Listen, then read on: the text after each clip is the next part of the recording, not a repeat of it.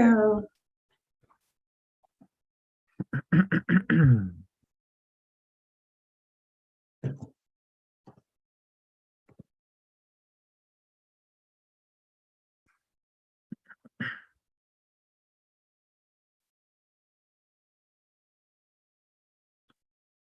Okay. Wait a second. Yeah, I think we're live, Dustin. Beautiful. Hello, Hey, hello. everyone. It's so good to see you all.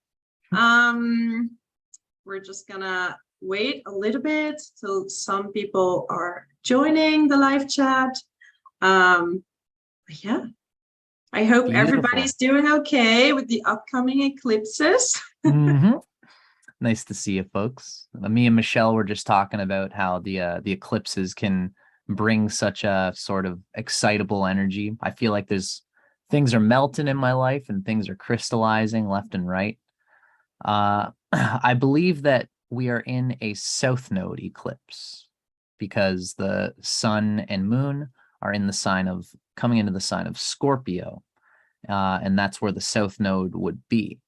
So it's the south node tends to be a letting go of things, usually exhausting karmas, or really holding on to things that you're done with in order to be able to let go of them.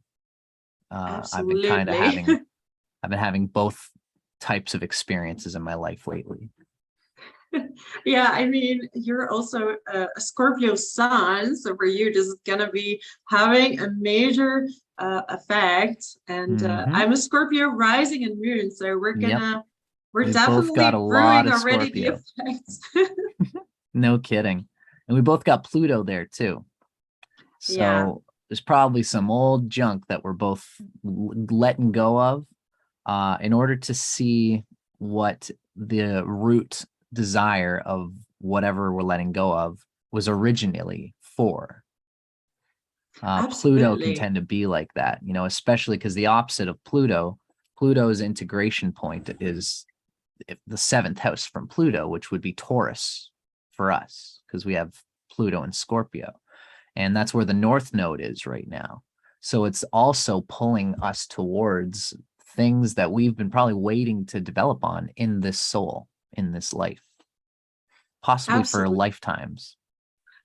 We're setting up really new intentions for the upcoming months, even years. So it's going to be very exciting times. But I think we should just start because a lot of people will also watch this on replay.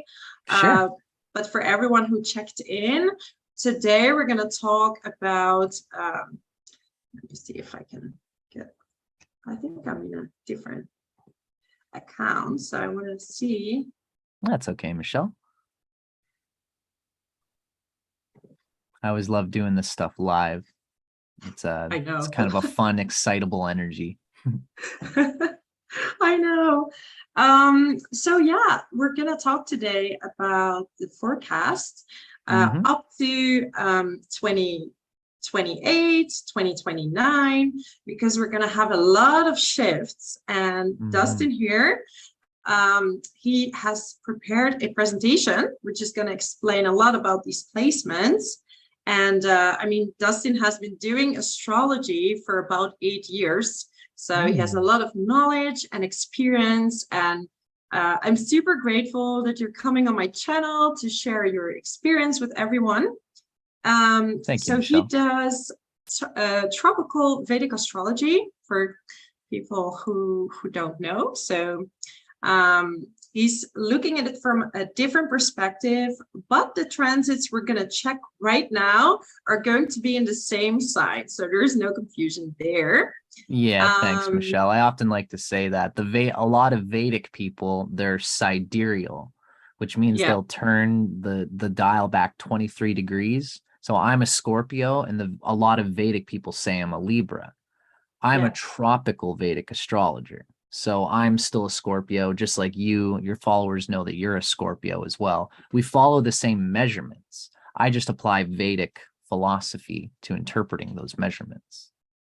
Okay. Oh, that will be very interesting. And I think we're going to see some of those keywords and explanations in your presentation. We're going to do our best. Yeah. So for everyone who wants to check out later Dustin's YouTube channel, it's called How to Rock Astrology. And he's having a lot of videos where he explains a lot about what he's doing, but also he has a lot of interesting interviews with other astrologers. So I think it's really cool to check this out. And if you're more into spirituality, meditation, psychedelics, he has another channel. It's called How to Rock Spirit. So check that out as well. Thanks, Michelle. So if you're ready, shall we have a look? That sounds great to me, Michelle. And thank you. That's very sweet of you to have that little intro.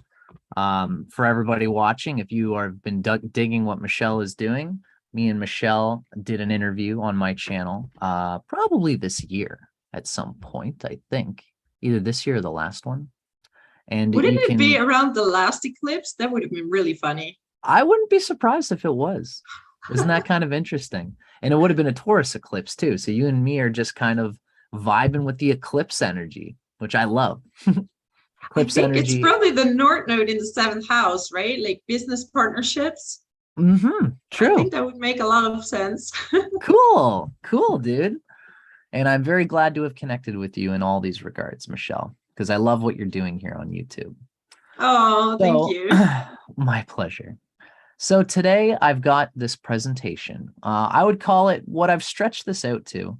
I gave out an email to several astrologers that I know that are, kind of in the same YouTube astrology field as I am.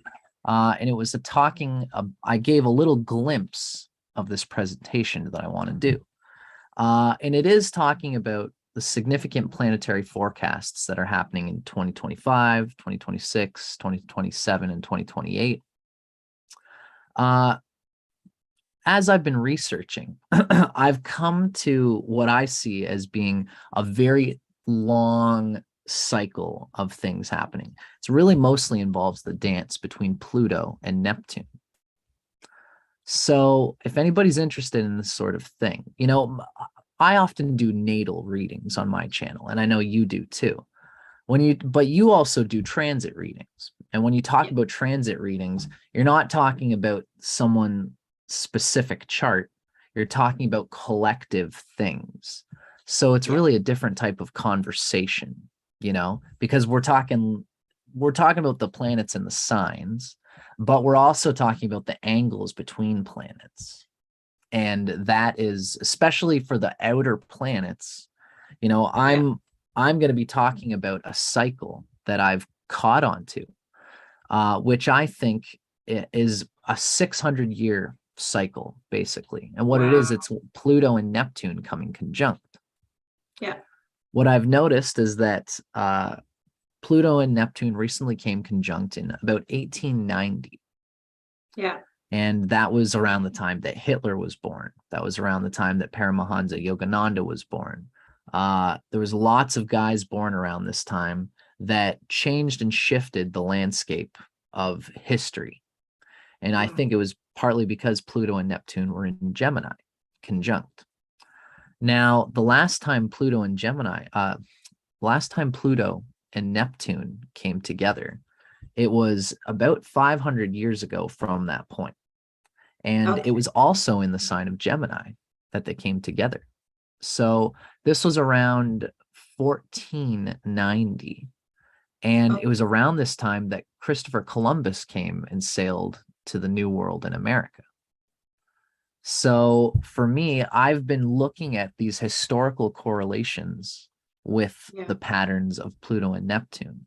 And this is kind of what I've turned this presentation into. So there's a little bit of history involved, and it's a little bit astronomically based. So I'm not going to try to get too airy-hairy because astronomy is not my strong suit anyway. I'm more of a theologist, somebody who reads correlations.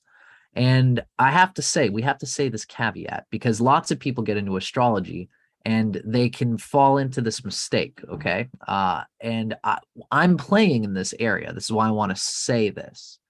There's an old Indian aphorism. It comes from Vasishta's yoga. And it's where there's a sage and his student. And the student and the sage are sitting, and they look up, and they're sitting in front of a coconut tree. And just as they're looking up, they notice that a crow caws. It goes, caw! And just as the crow caws, a coconut falls from the tree. And the student says, look, master, every time that crow caws, a coconut falls from the tree. And the master says, you have to be careful, because that could have just been a coincidence. You can't think that everything is from something that you try to correlate. So in the same way with astrology, we have to be careful that we don't assume things are there that aren't actually there. But that doesn't mean that we can't postulate. Doesn't mean that we can't try to see patterns. So this is something I wanted to say before we kind of start going on. Yeah. But I think it's really good. You're comparing the past. So you looked at past events, and this is how you kind of can say, okay, this might be happening in the future, but it's not like a given. Like it could have, like with all the signs, right? Like some person is, for example, we're talked about Scorpio, and Scorpio has like 3 layers. And we don't know where in the consciousness that person is. So Scorpio could have many meanings. You got it. But it is within a certain like predictive area. So this is probably, that's such a good way to say it, Michelle. And this is just like, you're right. It's just like when we're doing natal astrology. I often find, and you've probably found a similar thing, where when we study somebody's chart, we look for all the most important points, but ultimately it's good to ask a client questions so that you know where you want to go with the reading. Because if you just read a chart, you read it for 5 hours, you write down a bunch of information that you think is going to be important. Let's say, you think something's going on in their 7th house because they got Saturn there, and you think they're going to have difficulty with it. But it could be, for whatever reason, there's something else going on that has made that person, relationships aren't that big a deal for them. Maybe their Venus is well placed and it helps with that Saturn, so it's not a big concern for them. So you've just written 5 hours of relationship astrology for someone who comes to you and they say, actually, I need help in my career. Absolutely. You want to be careful about these kinds of things. We can use the predictive area that you mentioned in astrology, but it's also good always to be, I'm not skeptical, but I always am pulling myself back from my own anticipation of the data. It's a sober way to be, because in the world of mysticism, everybody has to learn to not always think that the coconut fell because the crow cawed. So it's true. I think that's I'm glad that we started with that, Michelle. Now, with that being said, this presentation, I should say this for your audience, because I know that you're from the Netherlands. You're Dutch, you mentioned to me, and that you live in Spain. Yes, so, I do. A lot of my presentation talks about history. A little bit of it is about the history of America. A lot of it is European history of Columbus sailing to America, and a lot of stuff that happened with King Henry VIII in England. Now, these are correlations that I've found. Really, it has to do with the church coming out of its power stronghold that it used to have in the Dark Ages, where the Church of England finally let go of the Vatican and the Pope and the church's stronghold that it had on power at the time. So this is a lot of the stuff that I'm gonna kind of get into. Keep in mind that, again, everybody who's looking for patterns is going to see it through their own perspective. That's why I use European and North American history, is because I live in Canada. But I encourage anybody to try to see the correlations for themselves of the patterns that we see happening here. Absolutely. I think it's already so interesting to look at correlations because there are certain patterns that keep happening, and you can relate it to astrology. So, and I also think it's good. I do that in my readings as well, or people will tell me like, I don't fully believe in it. And I always say like, I'm not going to convince you. Right. I mean, I could convince you, but you need to find out for yourself a certain click, like, whoa, this was in astrology and it actually happened. Sure. And then they start to see like, whoa, okay, there is some kind of correlation, but like you said, you have to really also see it from your own perspective and from your own eyes. Otherwise, it's probably going to be something vague, but you need to dive deep into it to really understand what is really going on. That's the best way to put it, Michelle. You know, what I often say is that people often think that astrologers are unscientific, but I would say that any good astrologer that's worth their salt has a bit of a scientific approach and encourages their clients to be as scientific in a way. But this is what I mean. Scientific doesn't mean skeptical. A good scientist will hold their skepticism until after the experiment is done. Because Absolutely. if you're skeptical, then you're going to put into the universe that the experiment isn't going to work. And as soon as a bit of data comes that says it's not going to work, you're like, you know what? I knew it. Let's just mark it off. A true scientific-minded person holds their skepticism until after the experiment is over. And in astrology, you have to really give it the space for it to be true. And then at the very end of it, at some point, it's good to be sober about it. But again, really feel it out before you try to be skeptical, because the astrologer could be telling you something useful that you're just throwing away for no reason, right? That's absolutely true. Yeah, I see that so many times. I hear it a lot. Like, no, I'm scientific, because I also do like the spiritual side of things and really logical side of things, which, like you, I believe that there is a lot of scientific reason, because it's also research. It's investigative based. And if you would tell someone from the 18th century, like, oh, we're going to have something in the air that's going to connect computers and you can talk to each other all over the world, it would be like magic to them. It would be like, oh, this cannot happen. This doesn't exist. But now actually, it's perfectly logical. And now it's logical, because there are many things that haven't been invented yet that we cannot explain yet, but we're on the way of getting there. Yeah, you nailed it, Michelle. That's exactly it. And so this is a good attitude to have when we're dealing with predictive astrology and the way that we are here. It's good to be sober about it, but it doesn't mean we can't still drink the nectar and see where it brings us. Absolutely. It's a rather ominous way for me to put it, but that's just what came to my mind. Yeah, I mean, well, don't do it with poisonous drink. Drink first and then see what happens. Yeah, you never know how it goes. So I've got my presentation here, Michelle. Do you want to start combing through it and see what we can kind of feel out from it? Yeah, I mean, or did you have anything else you wanted to mention? I think I'm ready to start. I mean, I looked a bit through your presentation, and I'm really curious to hear all your interpretations. So Dustin is going to talk a little bit about Uranus, Neptune, and Pluto, their connections with each other, so their aspects through different times. And also stay tuned, because he's going to talk a little bit about the future aspect. So we're going to cover a little bit the nodes, so the upcoming eclipses. We're going to talk about the planet movement. So we're going to have Uranus going into Gemini. We're going to have Neptune in Aries. We're going to have Saturn in Aries at some point. So we're going to have a lot of planets in masculine signs. So we're going to see what kind of effects that might have, actually. So yeah, I think we can start. Beautiful. Okay, Michelle. Now, Thank you for, you've given a good little intro there.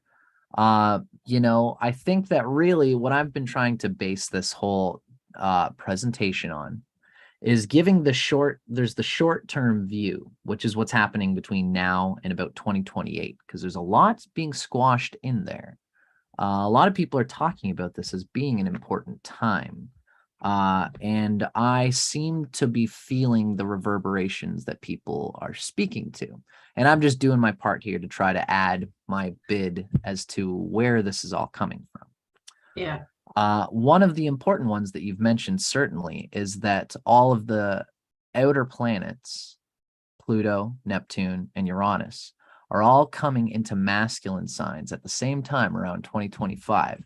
They're all in feminine signs at the very ends of the feminine signs and dancing on the cusp of their signs in 2023. And then it comes into the masculine signs in 2025.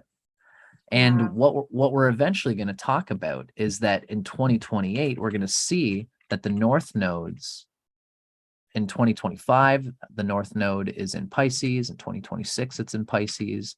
And then in 2027, the north node is in Aquarius, and that's where Pluto is.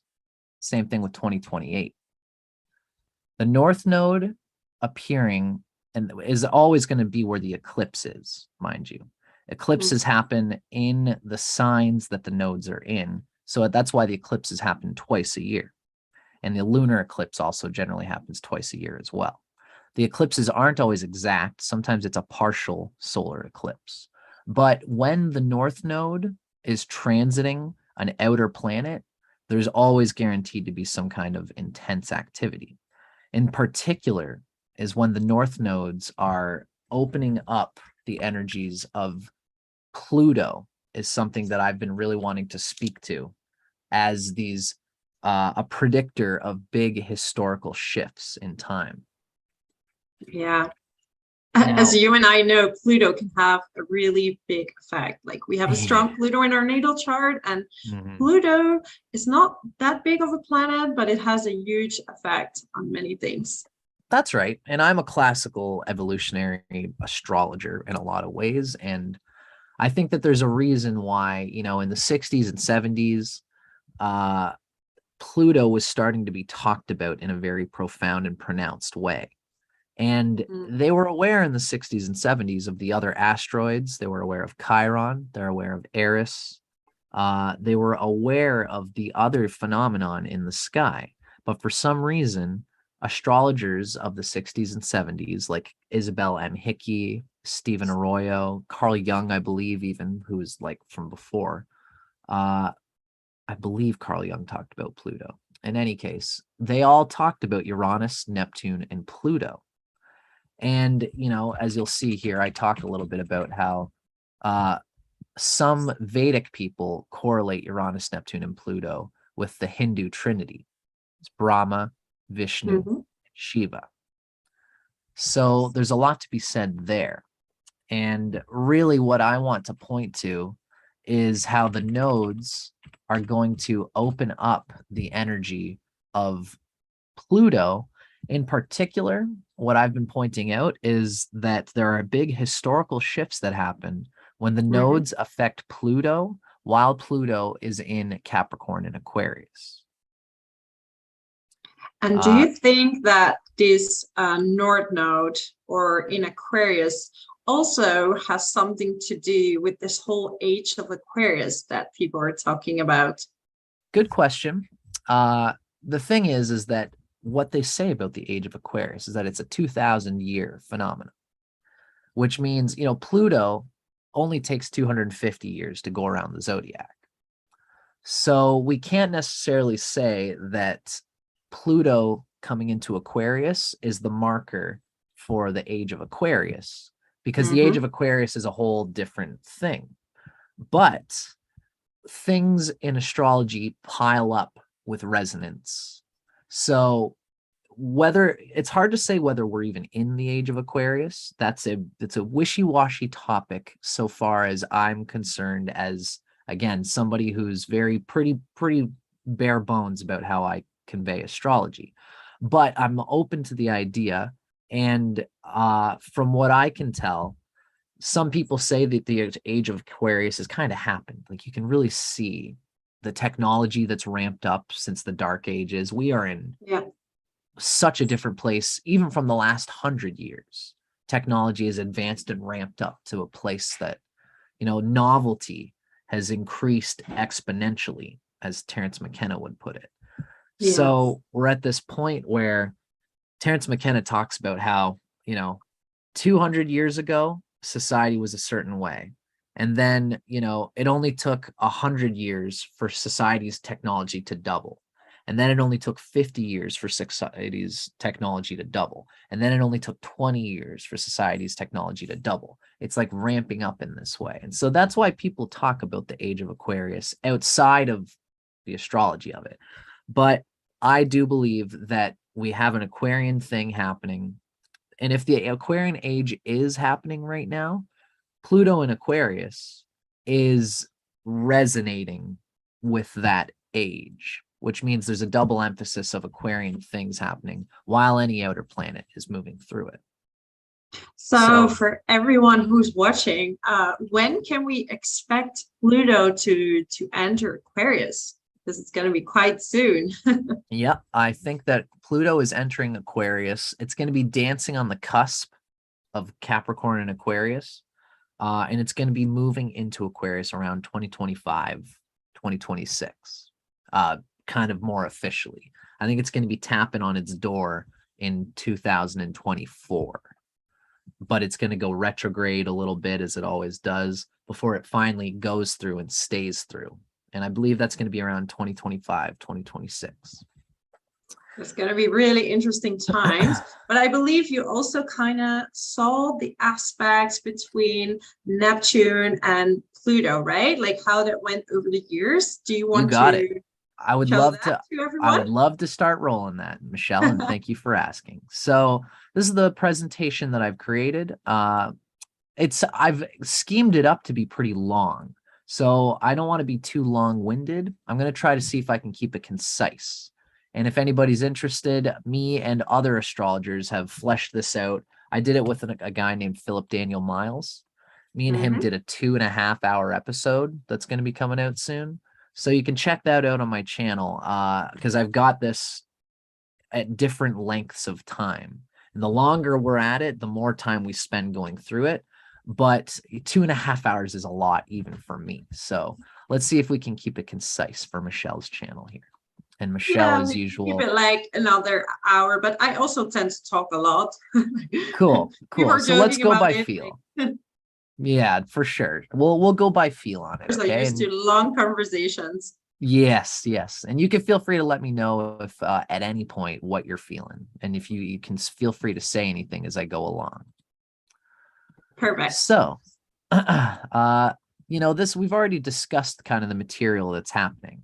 We've got a long-term formation of the outer planets, which is what we're going to talk about, how in the Renaissance era, this is something I kind of wanted to refer to. Pluto and Neptune came together in 1890, like I mentioned. And this also happened in 1490. And this is when Columbus came over. So around the area of 1490 and in the early 1500s is almost like a reflection of today's time. Wow. So that was the Renaissance era. That was the days when we were coming out of the dark age. And this is part of what I want to talk to in this presentation, right? So we're going to talk about that. And then we're going to talk about how some short-term trends, such as Pluto being in Aquarius, the nodes happening where Pluto is, these are the short-term things that I'm combining with the long-term things. We're going to talk about the 3 outer planets being in masculine signs. And then we're going to talk about the eclipses of the north and south nodes to Pluto when it's in the sign of Capricorn and Aquarius. So everybody can look at this slide. While we're live, you can check it out or you can listen, but you can feel free to pause it at some point just to get the guts of it. But essentially what I'm saying here is that Neptune relates with religion, ethics, and spirituality and sort of spiritual liberty, while Pluto is kind of about government, corporate power, and bureaucracy. And when there's in the cycles between Pluto and Neptune, these are the two civil social dynamics that we see happening.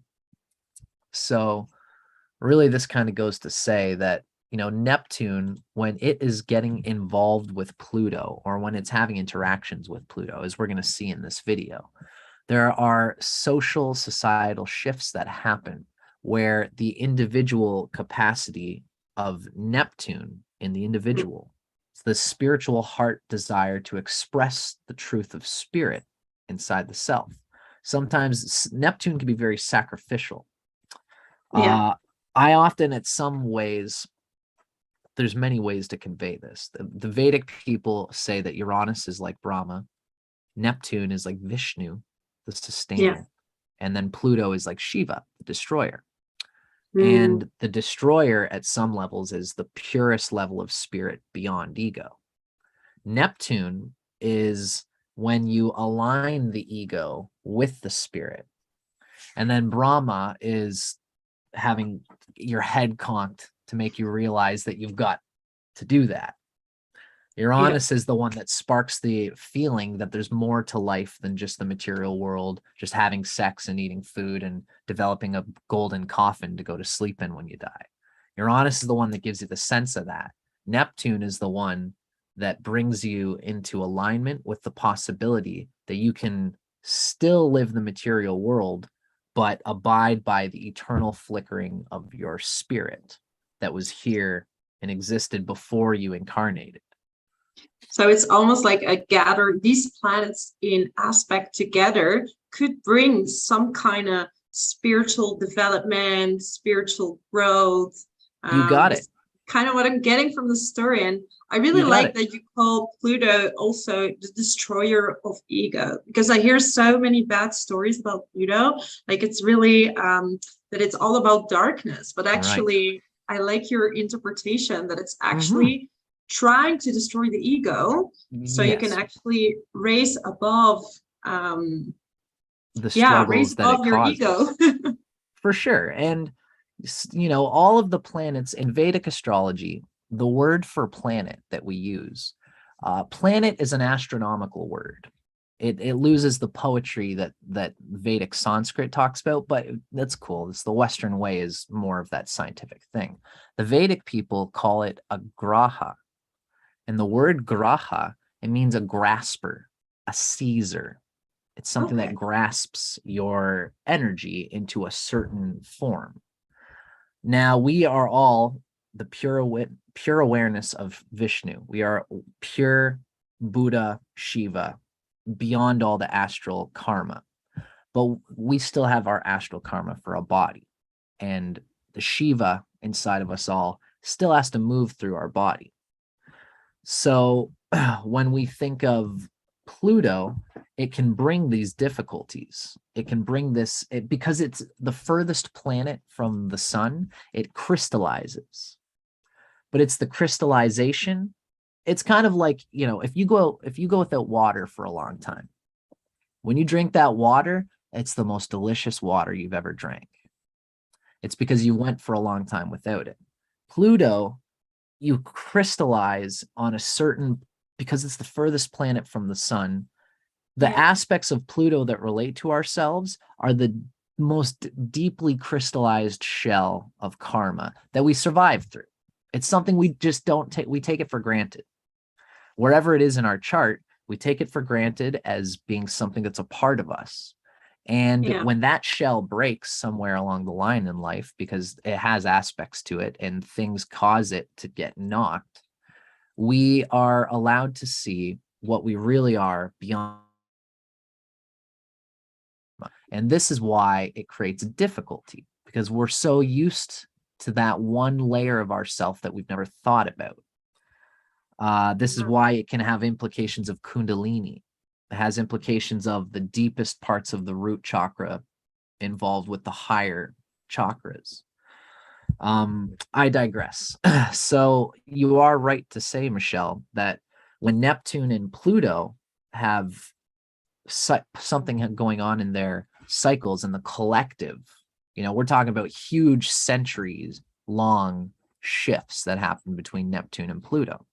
And so what it would mean is that in the collective, the spirituality of Neptune has to get involved with the governance of Pluto. And Pluto is the mob rule. It's when it basically all of us humans have the ability to be sovereign. But if we were all sovereign, there would be no leaders and things would be flat. It's like the common thing people say with communism. Yeah. If everybody got paid the same, would there still be doctors? And it's a tricky question. Now, when we take that formula, we apply it to sovereignty in terms of spirituality and spiritual freedom, as well as sovereignty in general. Who is the king here? What we realize is that it's not always a bad thing to have people who can be leaders.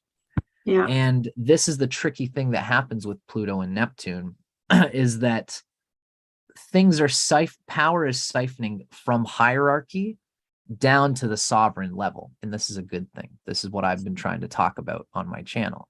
So the sovereignty of the individual power to be their own king is what happens when Neptune moves past Pluto. This first happened in 1490 when the Vatican, the church, was the ruler of all the nations. England, France, the Netherlands, I believe, Portugal, all those places in Europe were under the Vatican's thumb. The Vatican ruled it all and the church ruled it all. And this was a bad thing for spirituality, because people associated spirituality with getting a lashing from the Pope. That was the only way to abide by spirituality, which means people didn't love their divinity because it came from inside them. They were forced to say that they loved divinity or else they would get whipped. Now, and it's also that we have so many different types of leaders, right? Like you're talking about a leader that maybe encourages people to grow. And then there's the type of leadership that doesn't give a lot of freedom for their own interpretation, because that's right. I don't think everybody wants to be a leader. Like some people are happily following and not in a bad way. They just have different qualities to themselves that they can more nurturing, maybe more, because like being a leader is responsibility as well. It's a lot of heaviness that you have to carry for maybe even other people. So yeah, that's it's very right. interesting. And you got it, Michelle. This is why I often talk about how the first cycle that happened in 1500 when Neptune came to Pluto, they were conjunct in Gemini, and the church was the one in power, and the nations didn't have as much power. After Pluto came to Neptune there, the King of England said that the church has no power over the nation of England. That's when all the other countries started to agree.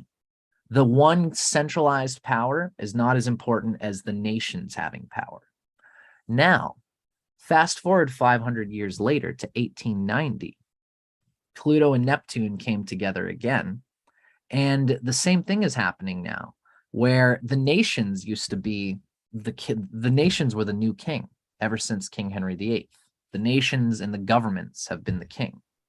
Now, in the new coming age of technology, the king is whoever has the flashiest opinion on Instagram.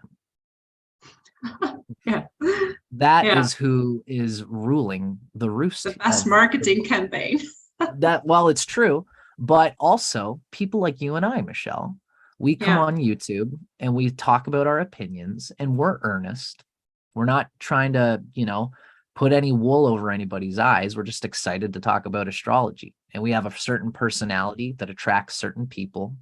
And this is what's happening in today's time, is that everyone can be a star if they want to.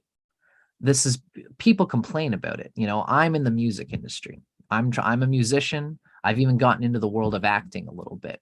And you can't make money off of these things like you could in the old days, because there's an industry where only people loved a star. Let's give all the money to the stars because they're the ones that make the good music and the good movies. These days, what's happening is that there aren't as many stars.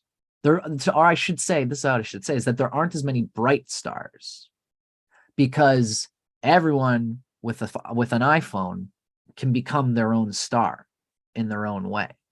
And so this is the dynamic that's happened ever since Pluto and Neptune came conjunct in 1890, is that power first came from the Vatican and the church in the 1500s. Then it turned to the nations in the 1500s. Then the government was the king. Now in 1890, a new type of sovereignty is coming, where it's a group collective consciousness. And it's very Aquarian too. Although we have to be careful associating it with Aquarius, because this is more of a Pluto and Neptune phenomenon than an Aquarius phenomenon. Now, what I want to talk about in this presentation is that the key turning points for this phenomenon is when the north nodes are touching Pluto, especially when Pluto is in Capricorn or Aquarius. And we're going to see why in my presentation. Shall we keep going on here, Michelle?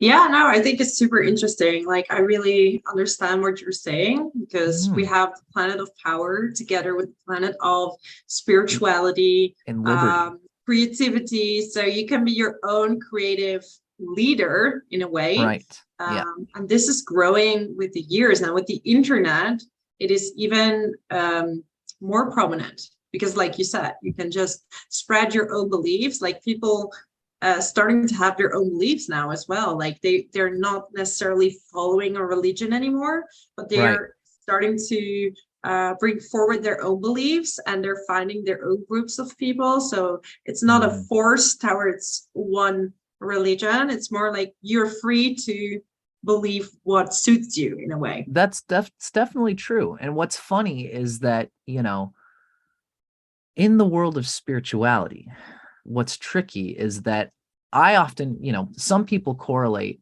the outer planets this way, is they say that Uranus is cardinal, Neptune is fixed, and Pluto is mutable. Whenever I say that, people go, Neptune is fixed. That doesn't sound right. Neptune is the most wiggly thing in the world. But how I convey it is that the self in one is the self in all. The nature of the heart opening to its purest soul love is the same thing in one person as it is in another person. The form is the same. The archetype is the same. I'll make a little heart there. The archetype is the same. But it's a soul. Right? Yeah. The soul is the same, but the form that it comes through is all going to be different. So when it comes to Neptune and when it comes to spirituality, we can all have an individual spirituality. We all take to it in our own way, but it's a universal path applied to the individual karma. And the path is, in some ways, it's all the same. We're all looking to do the same type of liberation. We're all looking to embody the same truth of spirit through the science of self-realization, neglecting that which is unevolved biological compulsion and moving into the full divinity that is within inside the metaphysical complex of the soul. We all want to follow that universal path. So in the world today, the thing is that spirituality can be a tricky thing to abide by, because when everybody has their own power and their own sovereignty, there's no figure that says you've got to do better. You've got to, the Pope and the church and the king used to give people lashings for acting out of line with what everyone considers to be good. And this is like dad, big daddy government, big daddy church. And having that father influence does help people be sculpted into their best ideals, at least in principle. But it never works that way when it's in the hands of an oligarchy. Never works that way when it's in the hands of a church that is got its own interests at heart. That's why we have to do what we're doing. We have to move into this phase of sovereignty. And as we do it, what is going to happen is that this is how I've been describing this. It's going to be light pollution. If there used to be only a few stars in the sky and we could really see them, Yeah. Now, since everybody's a star, it's almost as if it's a blanket of light where you can't differentiate them, which means there's no stars, which means it's going to be harder to discern what is good and bad. This is a very good thing what you're saying. I actually recently talked about it with a friend, and I said, you know, you really have to feel in your body who's really connecting with you and who's talking truth, because we need so much discernment right now, like who's giving the true information, who's giving false information.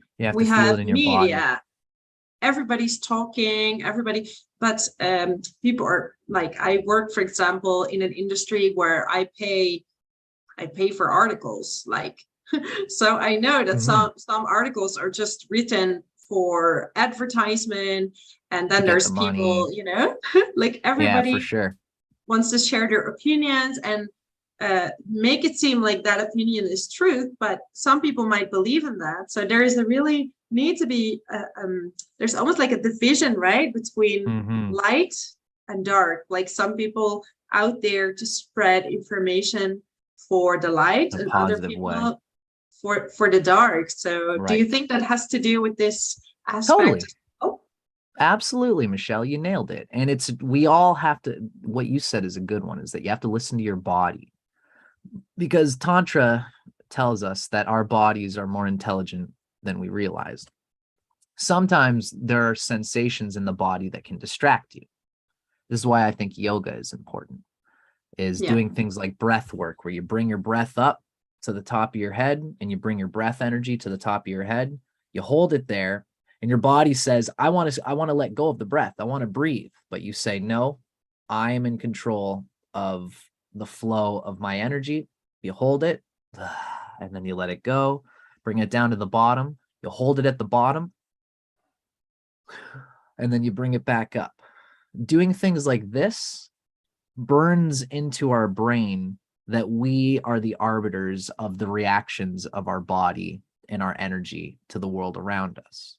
This is why I use yoga as a metaphor for getting in tune with the higher priority of the will and of the intelligence and of the spirit that's inside of us all.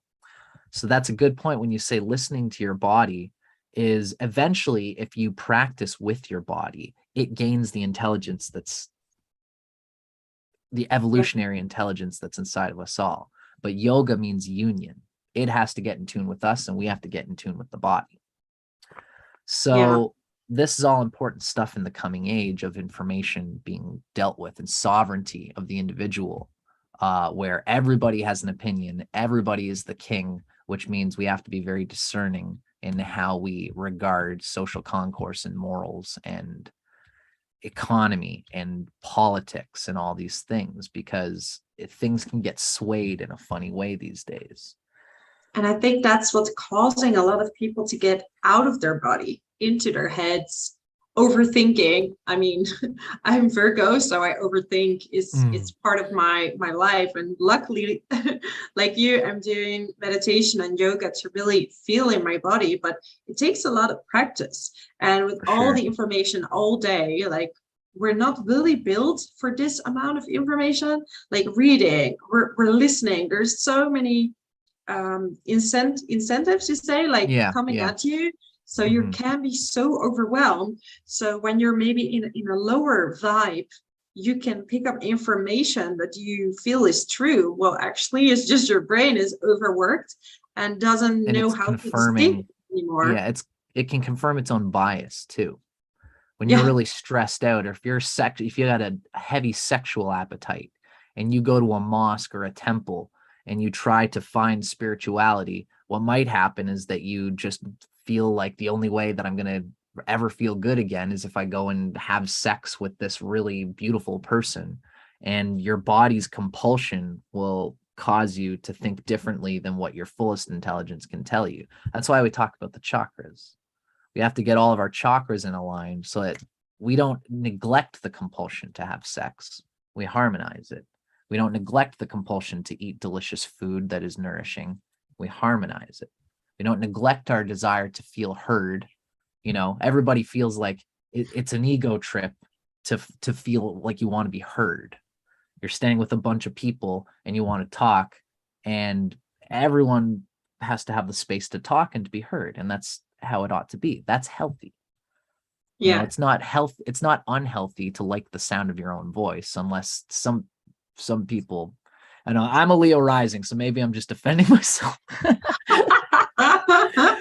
But in any case, you know, all of these things need to be balanced. And this is why, just like the chakras exist, it's different for all of us, but there is a form. And Neptune tells us this. Even though everybody's got an opinion, everybody's got an idea for what divinity is, ultimately there is a final truth to what is good universally for humans. We all have to apply it to ourselves individually. This is what the fixity of Neptune tells us.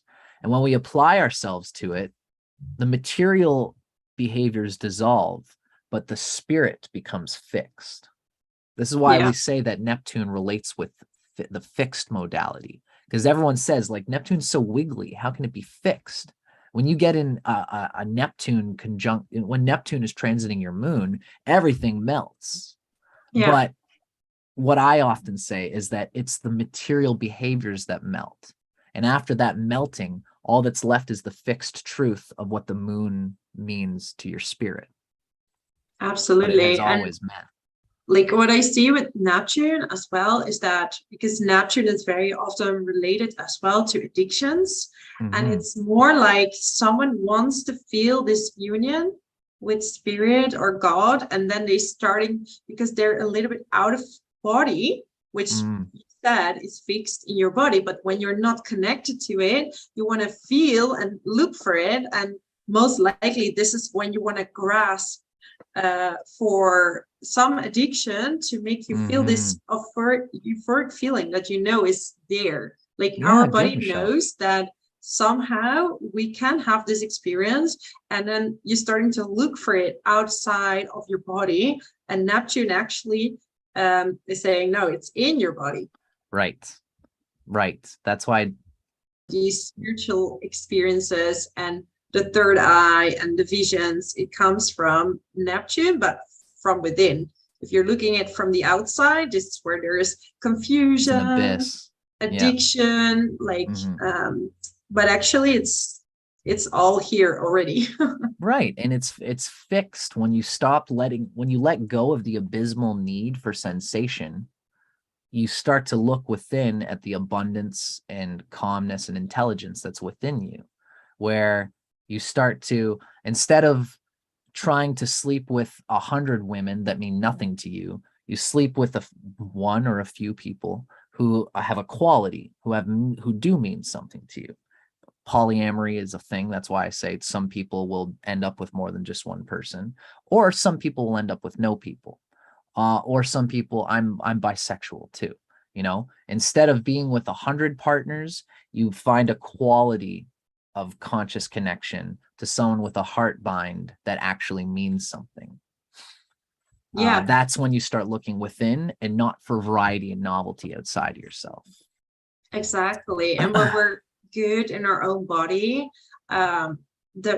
astrology will trigger these kind of events to bring people in your life. And I feel that, you know, with this blueprint that we have, like, people are here to have different experiences.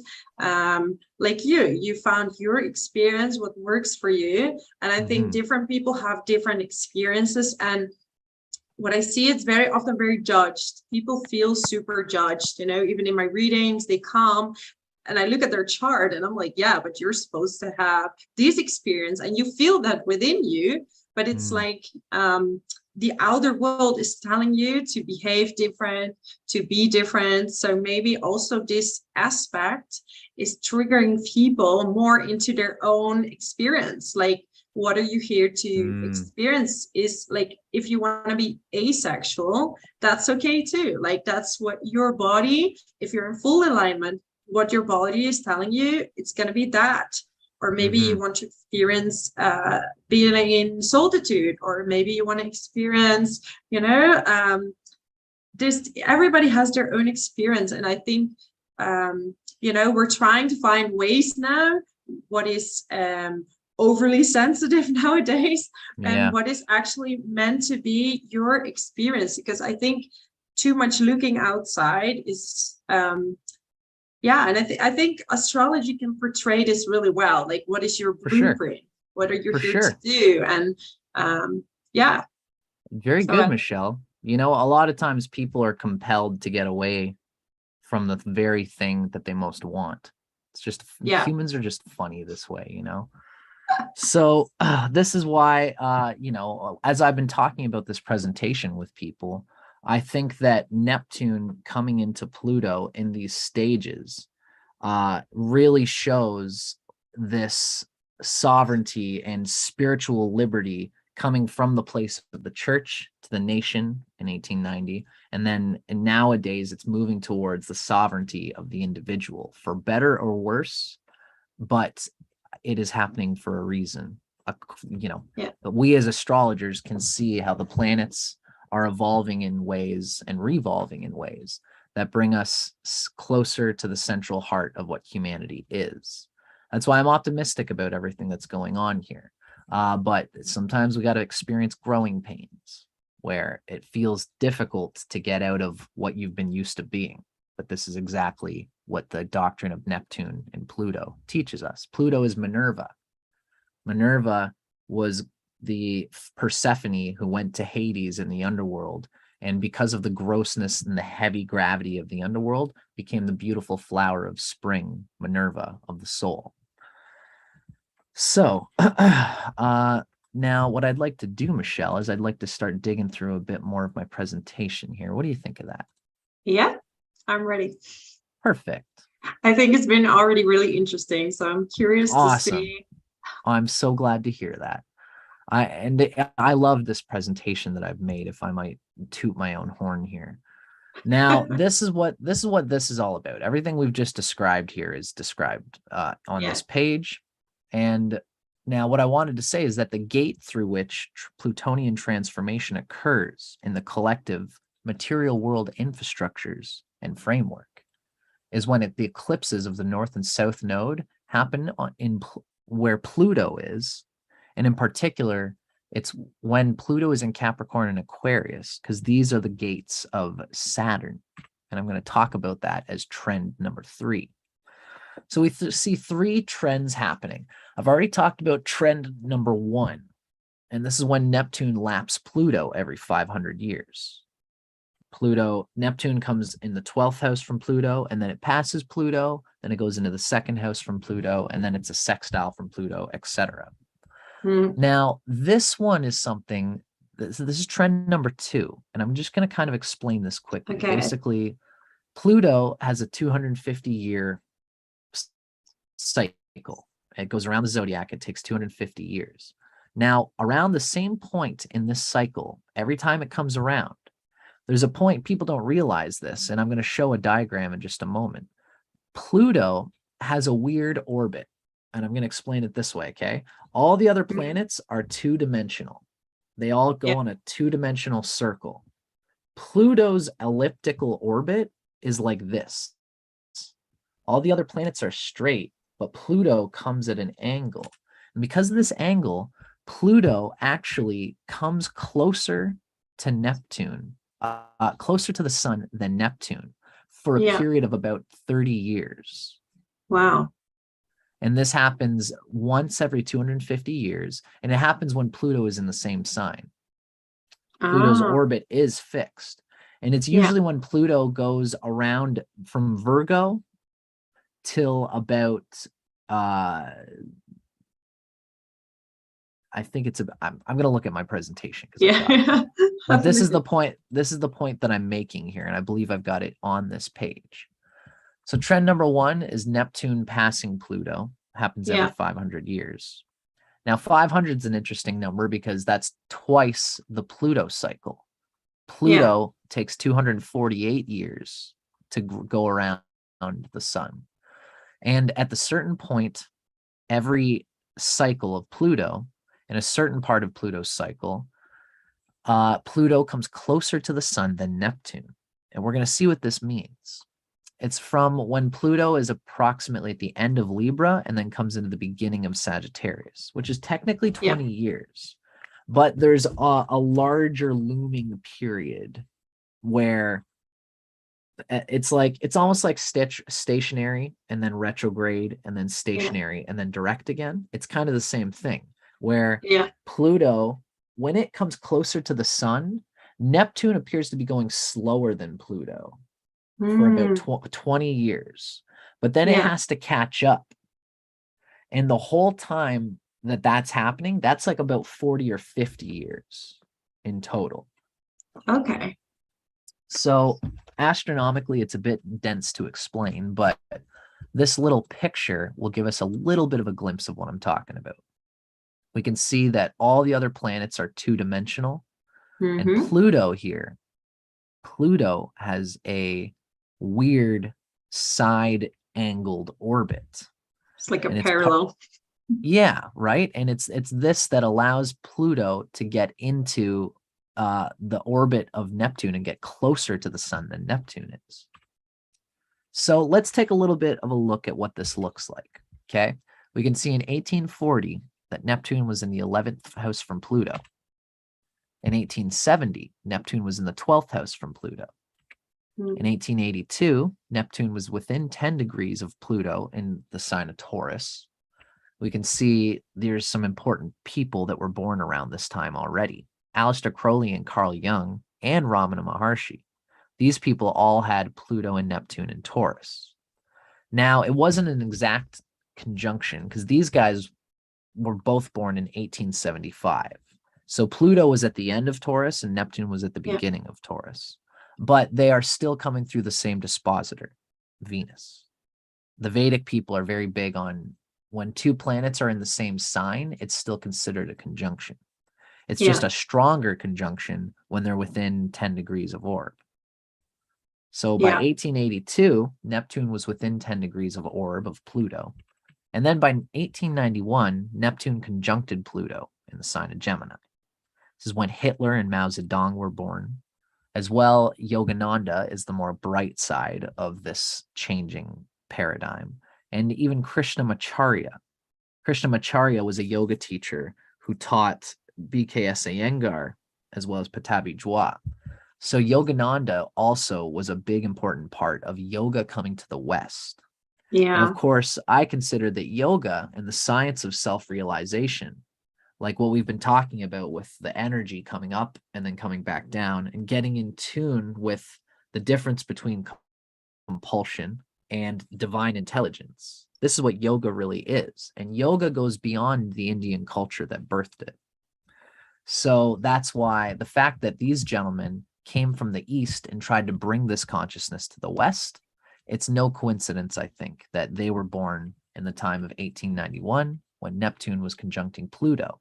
This is part of today's time when the sovereignty of divine intelligence is getting out of the hands of government and into the hands of the individual through their experience, not because Big Daddy government or Big Daddy church said that the king says that you have to be intelligent. People are picking up that intelligence is good for them and they can do it themselves. This is the fact that these guys were born at this time is part of what this signifies. Hitler and Mao Zedong are more of the dark side of this same energy, basically purging what happened, purging the energy that has come before them. When you look at, for example, the darker side, they were in their own way interpreting their divinity. I think that they stood by what they thought was good, which in the end ended up a terrible thing.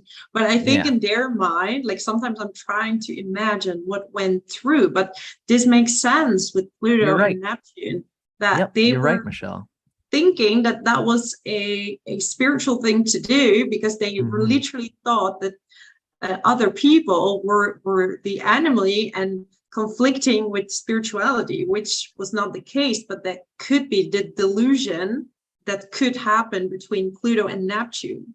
And the higher level would be Yogananda and the other difficult name I can't say, Krishnamacharya. You got it. Yep, you nailed it. So Yeah, I that's think very they were, observant, Michelle. yeah, And they're an example of, the kind of energy that comes when Pluto and Neptune come into their thing. One of the phrases I've thought of to say for this is that the path to evil is always paved with good intentions. I'm sure Hitler and Mao Zedong had good intentions, but this is, when you have plutocratic power and you have spiritual ideals, then you're trying to have the liberty of an idea. This is why Hitler thought that, a certain race of people was more spiritual than others. And he had the Plutonian power to eliminate everything that was not that spirituality. At least he thought he did. And it's a good thing that that didn't go farther than it did. yeah, that's, I So, mean, it's a very dark side of humanity. And I want to be careful with when I say these things, but I really think, because I think to be so magnetic and to get so many people on board, you need to really believe what you're yes. selling. Like you really need to believe it. So I think these people really believe that what they were doing, even though it was a really sick thing to do, a really dark thing. And I think they kind of stuck at the lower level of, because even in vibrations, I see sometimes that, when I talk about the more spiritual side of what I do, is like some people are very open spiritually, but you can be open on a lower frequency, opening up to the darker underworld of spirit, which means their messages are dark and they think they're talking to a spirit. But I think even in the Bible, they call it like false light or false false prophets. demons. It's all in the lower. So they are open, but on the wrong frequency. So not on the light frequency. Right. And even how we could even interpret this too is that when you think about it, sometimes karma works this way. I bet we could even look for, South Node transits to Pluto while it was going through, while Hitler was alive, and we could see some things happening, because it seemed to me that Hitler was an example of the old paradigm of nations, of the power of an autocrat, of a political leader, to have the kind of power that he did, to get too much power. It's almost like human history needed to go through that in order for us to see the dark side of having a king, having a nation, having a leader outside of the individual sovereignty. We all saw the example of why we're now headed in the direction that we are, where everybody has their own sovereignty, because we saw in Hitler's case the classic phrase that absolute power corrupts absolutely, right? Yeah. So absolutely. yeah, bingo, right? So this is what was happening around the time. This is the shift of today's time.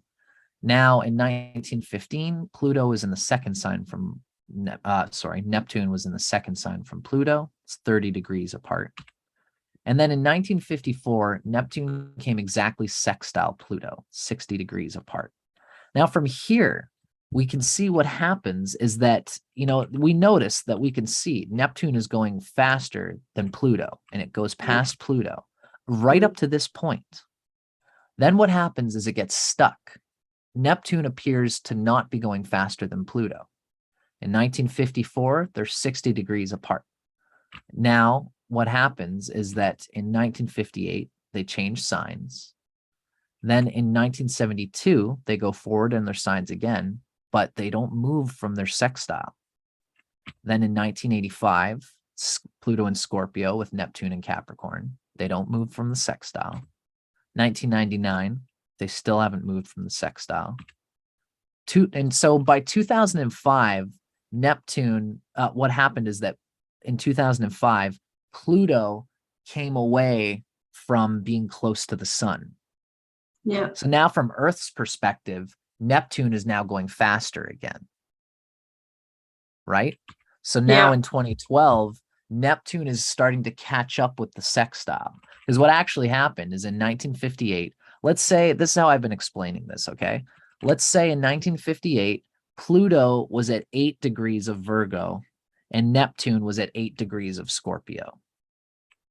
Then we look at 1972. Let's say Pluto was at 10 degrees of Libra, but Neptune was at 5 degrees of Sagittarius. Mm-hmm. It's as if Pluto seems to be going faster than Neptune. That's true. Right? And go ahead. sorry, Yeah. That's I okay. didn't want to. No, I was wondering, do you think there would be a shift that because, instead of Pluto being ahead, Neptune went ahead? And do you think that would be a shift in energies when it comes to these planets shifting? I sure do, Michelle. Let's look at the time that this started to happen.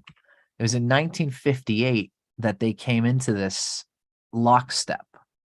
Did anything significant happen around 1958? For me, I'm a hippie, and I've noticed that there was a lot of social change that happened in the 1960s. Absolutely. Yeah. You see what I'm saying? Yeah. In the 60s and even in the 70s, there was a huge flux of change that happened.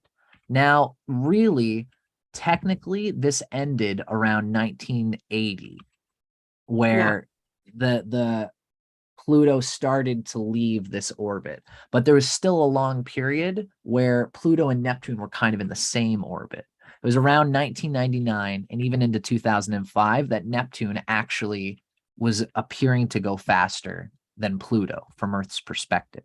And the Vedic people talk about how it's Earth's perspective that ultimately conveys astrology. Yeah. So from Earth's perspective, around 2005, Neptune really finally started to go faster than Pluto again. Now in 2012, let's say at this point in 2012, Pluto was probably at 10 degrees of Capricorn and Neptune was probably at like 7 or 8 degrees of Pisces. So it's starting to catch up to the exact sextile with Pluto. And by 2026, that's right, folks, in 2026, Neptune is finally going to catch up with Pluto's sextile. And of course, that we know that this is when Pluto is going to be in Aquarius and Neptune's going to be in Aries. So this means that Neptune, from Earth's perspective, is bursting through a gate of sorts. Yeah. Now, the last time this happened was the Great American Revolution, which is something that we're going to talk about. This is trend number 2. It's Pluto coming closer to the sun. The last time, right? There was Pluto in Aquarius. It's a very revolutionary energy that's going to open up. Yep. And this happens every time Pluto gets to this point. Because remember, Pluto has a 250-year cycle. And this happens with Neptune every time that, that Pluto comes closer to the sun than Neptune is. And it happens around the time that Pluto is in Virgo and then Pluto's in Libra. And then right about the time Pluto gets to Sagittarius, it lets go of the stronghold with Neptune. And this is just when it finally comes to be equal, it gets out of its equalness and Neptune catches up with Pluto every time Pluto comes to Aquarius. But in the 60s, we also had like Uranus with Pluto, right? In Virgo. Yes. And it's later, like around the 90s and 80s, we had Uranus with Neptune. And it's been there for a long time. Yeah, that was around 1993. That was around the time that you and that's our generation. Yeah. And I have a slide that shows that. So, so here we have the Pluto and Neptune, and Neptune's finally breaking out of the gate. Now, this happened in the American Revolution. The difference was, though, is we're going to kind of go there, and we'll see that Neptune was not. Remember, in the 1700s, Neptune was nowhere near a Pluto conjunction. That was trend number 1. Trend number 1, as I mentioned, was Neptune lapping Pluto every 500 years. So then the last 250-year cycle, we see that Pluto did come closer to the sun than Neptune in the Great American Revolution. But it wasn't, the American Revolution was significant because Pluto was in Capricorn and Pluto went to Aquarius. And we're going to see how around that time there was south node eclipses on Pluto in Capricorn. That started the Declaration of Independence in America. And then the Great American War ended when Pluto went to Aquarius. And then there was a North Node conjunction on Pluto and Aquarius. And this was just after Neptune and Pluto, where Pluto had come closer to Neptune. So you can almost say like Capricorn could be seen as a little bit like father, government, like social systems. For sure, for sure. So when Pluto is in Capricorn, not only is it significant because Capricorn is ruled by Saturn, which is the material gatekeeper of material world affairs, but it's also significant because Pluto in Capricorn means that Pluto just came out of the orbit of the sun. It came out of the, Neptune's orbit, and now it's going farther away from the sun once it goes past Capricorn, right? So these are the big trends that are happening here. Now we're going to see how both of these things were happening, just like it just happened in today's time. In the 60s, there's an exact reflection of this that happened in the 1300s to the 1400s and the 1500s. And this was when the Renaissance era happened. That's why I'm saying that this was such a big historic shift. Wow. So let's look at it. 1350, Neptune was in the 11th from Pluto. 1375, Neptune was in the 12th from Pluto. And then in 1387, Neptune was within 10 degrees in Taurus. And then finally, this is just like when Hitler was born.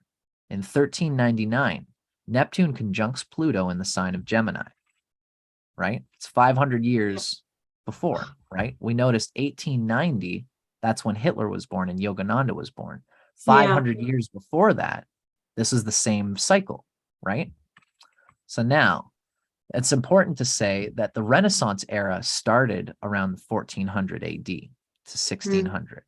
This heralded the end of the Dark Ages and the burgeoning Enlightenment movement for several reasons. A big part of it was the separation of church and state, as we're going to talk about. And we can also see, if anyone wants to read this, you can, but we're going to talk about what's here anyway. I don't want to take too much time on this presentation. But we see the clashing themes of Neptunian individuation and religion going against Plutonian rule by mob force at play around this very important time in history.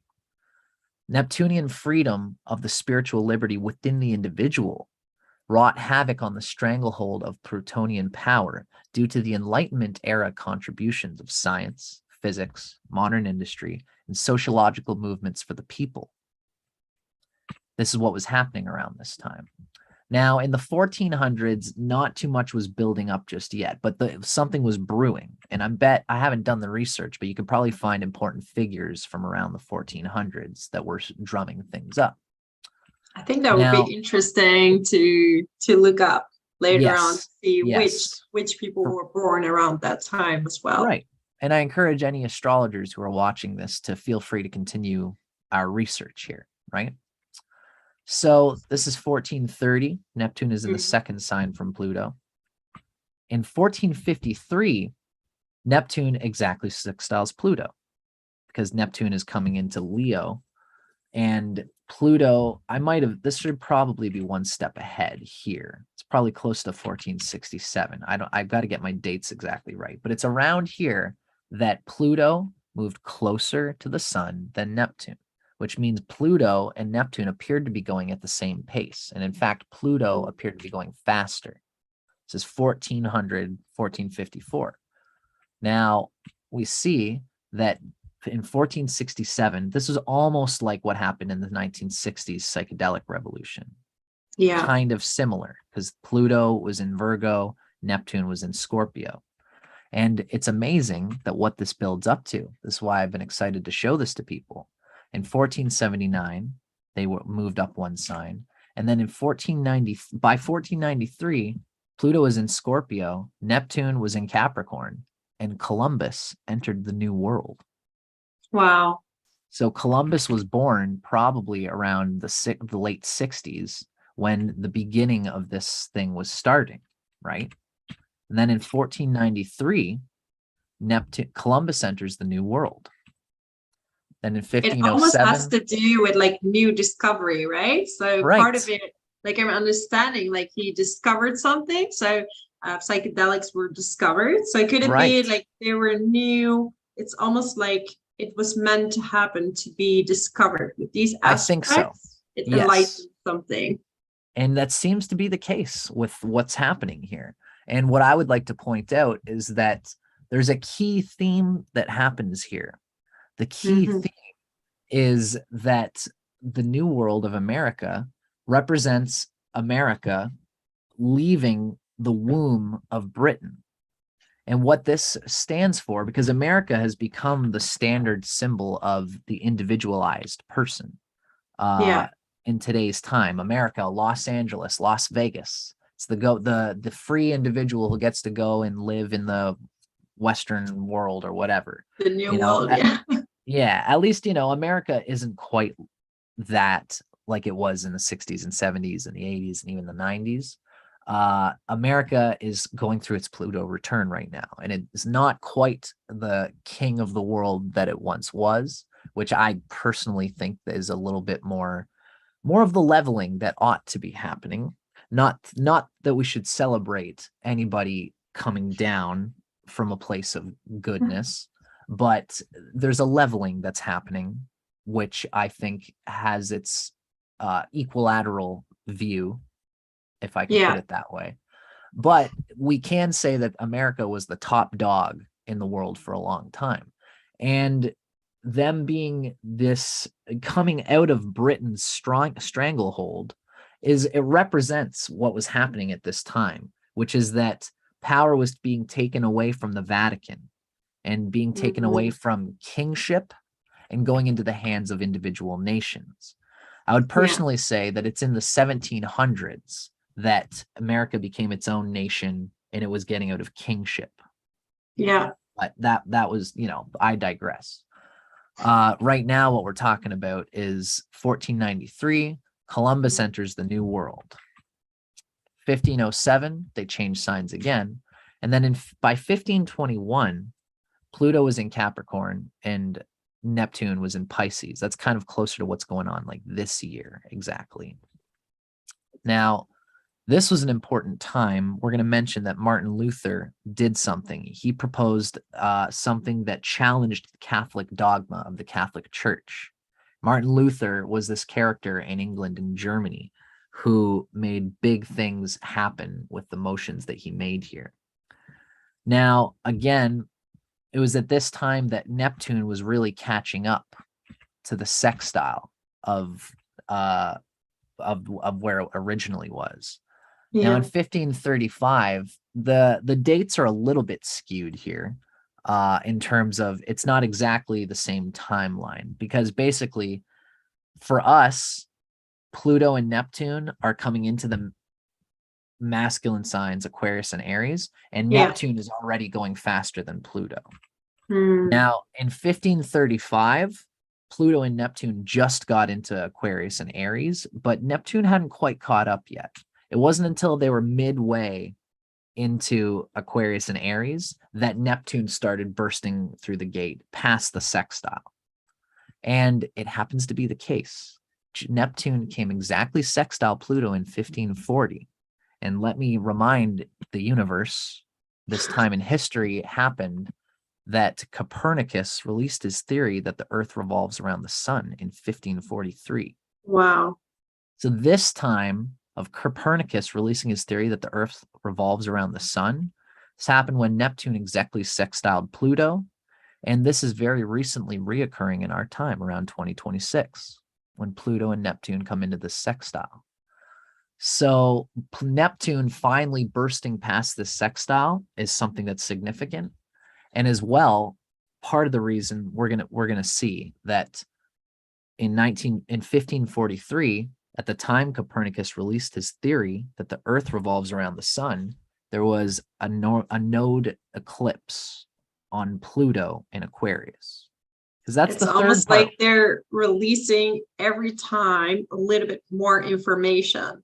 that You gets got us it. closer to the truth. It's You like got it. every You time got there's it. a little sprinkle. That's right. And the sprinkle is coming from the larger river.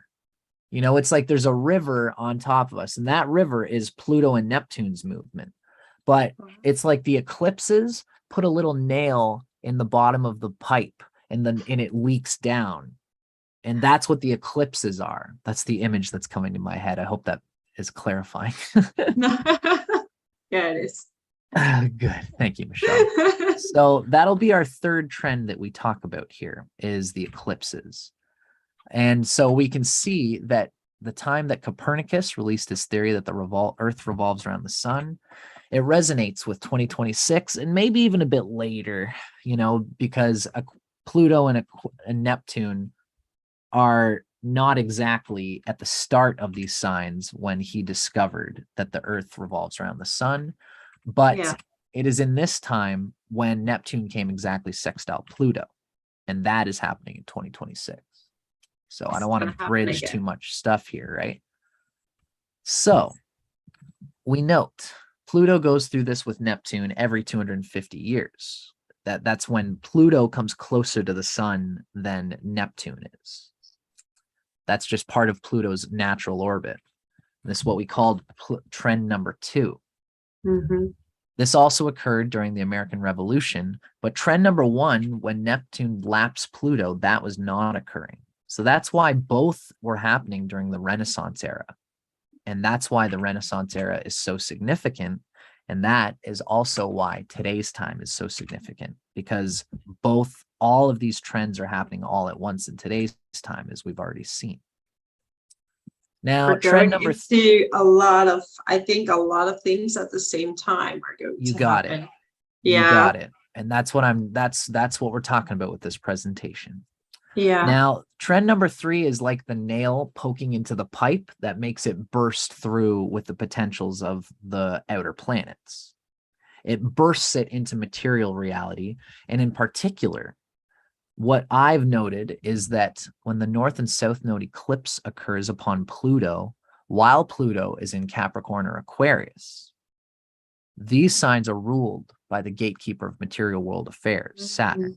Now, this is Capricorn. Everyone knows that Saturn rules Capricorn. But in Western astrology, it's somewhat debated whether Saturn is the primary ruler of Aquarius or whether Uranus is. It was anciently attributed to Saturn ruling Aquarius. Some people say that's because they couldn't see Uranus in a telescope. Personally, I think there might be, if Uranus has anything to do with Aquarius, it's secondary to Saturn. Yeah. Saturn has always been considered to be the main arbiter. It's the male side of the female that Capricorn is. And the Vedic people, I'll just note this quickly. The Vedic people consider that the signs are the chakras. Capricorn and Aquarius are on the bottom.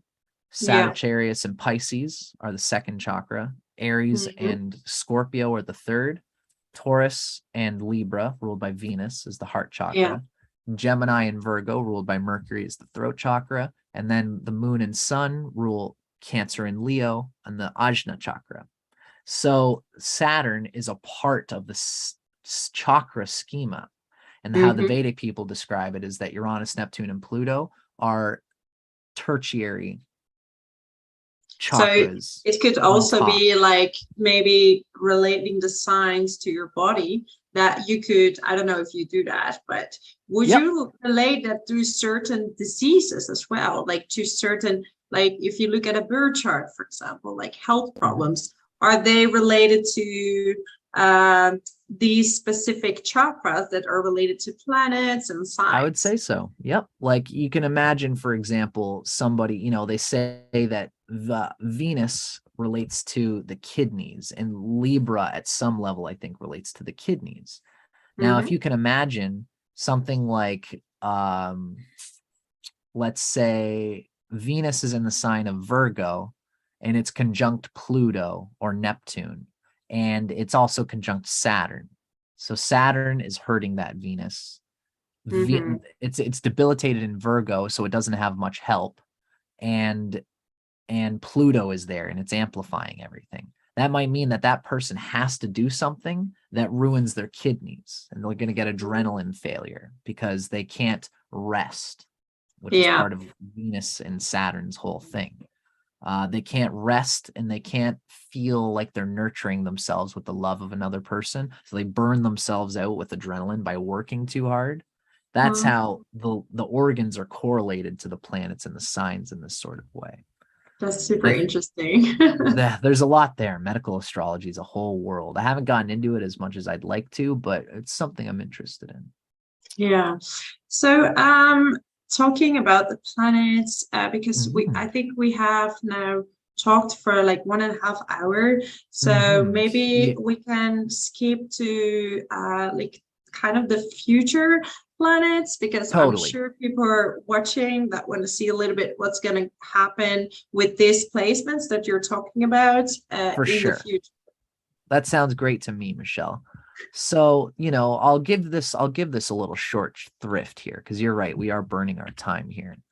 I'll put this here in case anybody wants to read it, but essentially Martin Luther did his thing in 1517. That's when there was a North Node eclipse, and the South Node was on Pluto in Capricorn. Oh.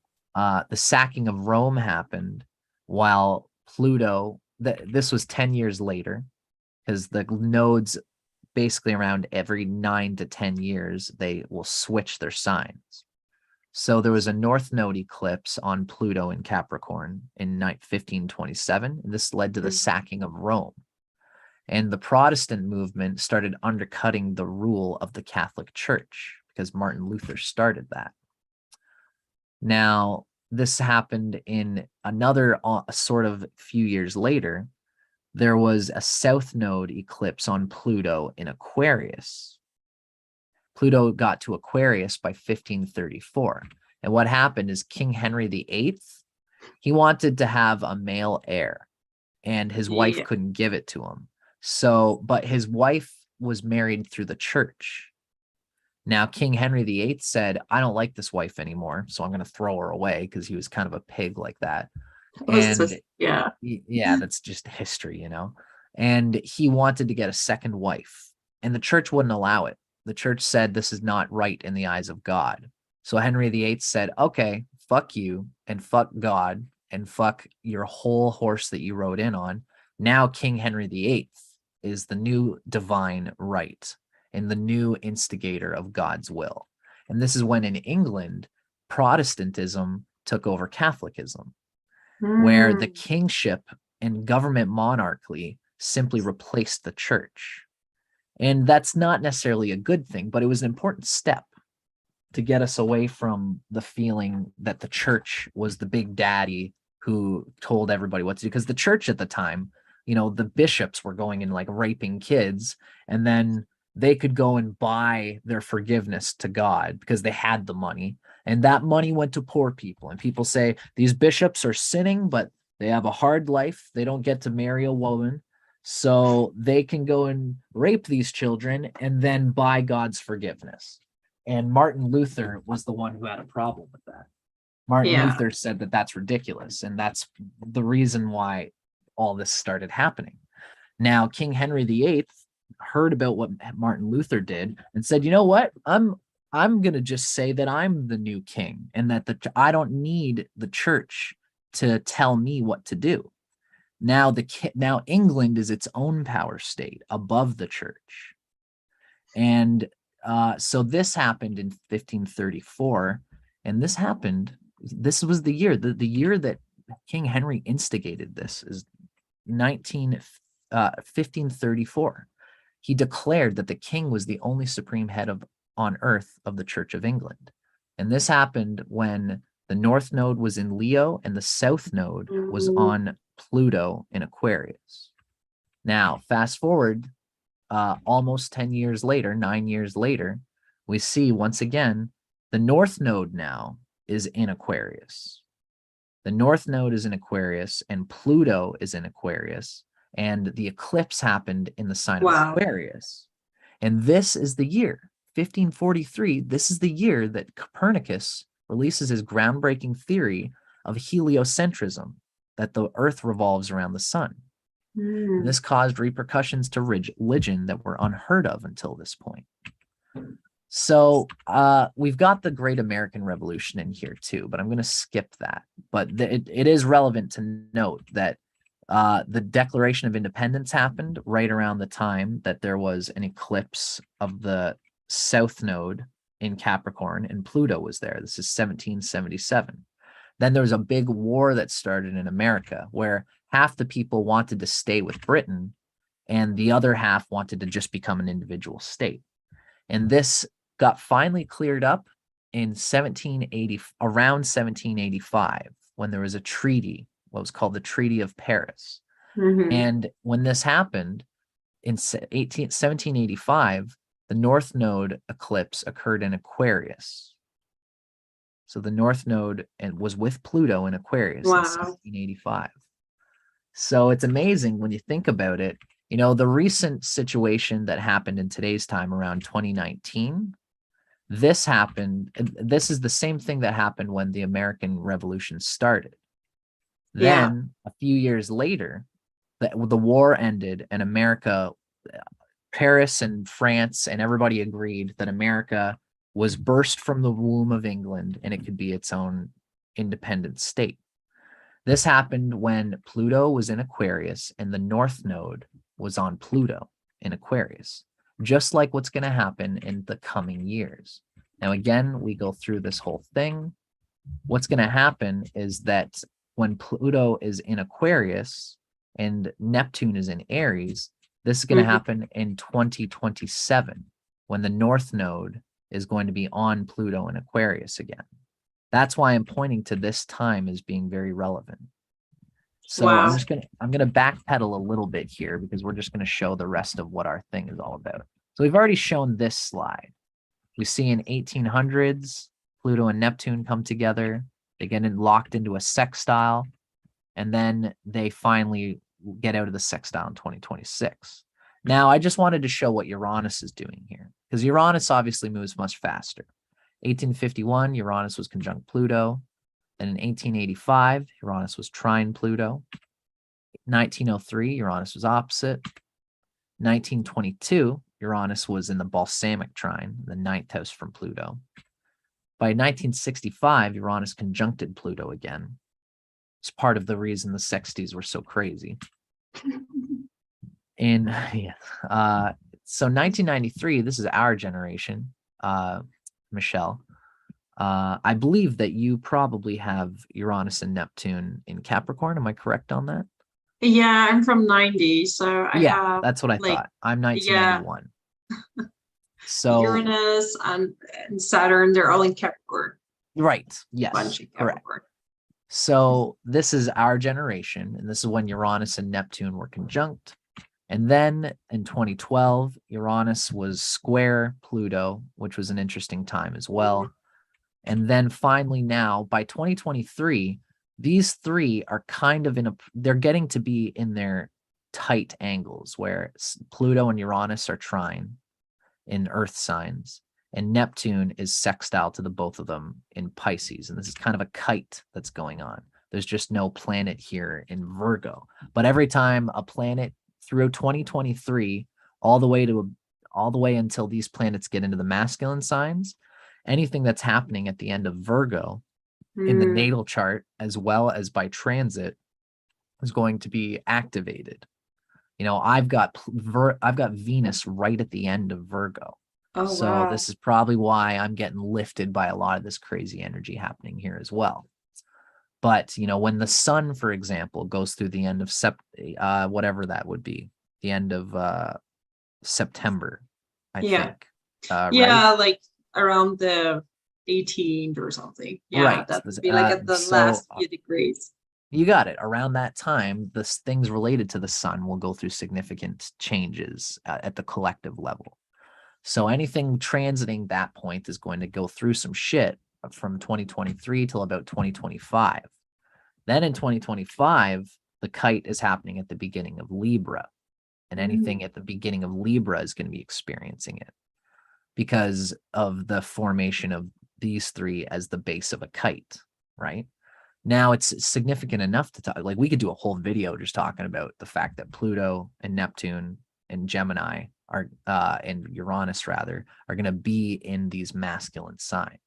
Yeah. But what I wanted to say before I end my presentation, remember we talked about how significant things happen when the nodes are on top of Pluto in the sign of Capricorn or Aquarius, because Capricorn is the instigator of the material framework of the world.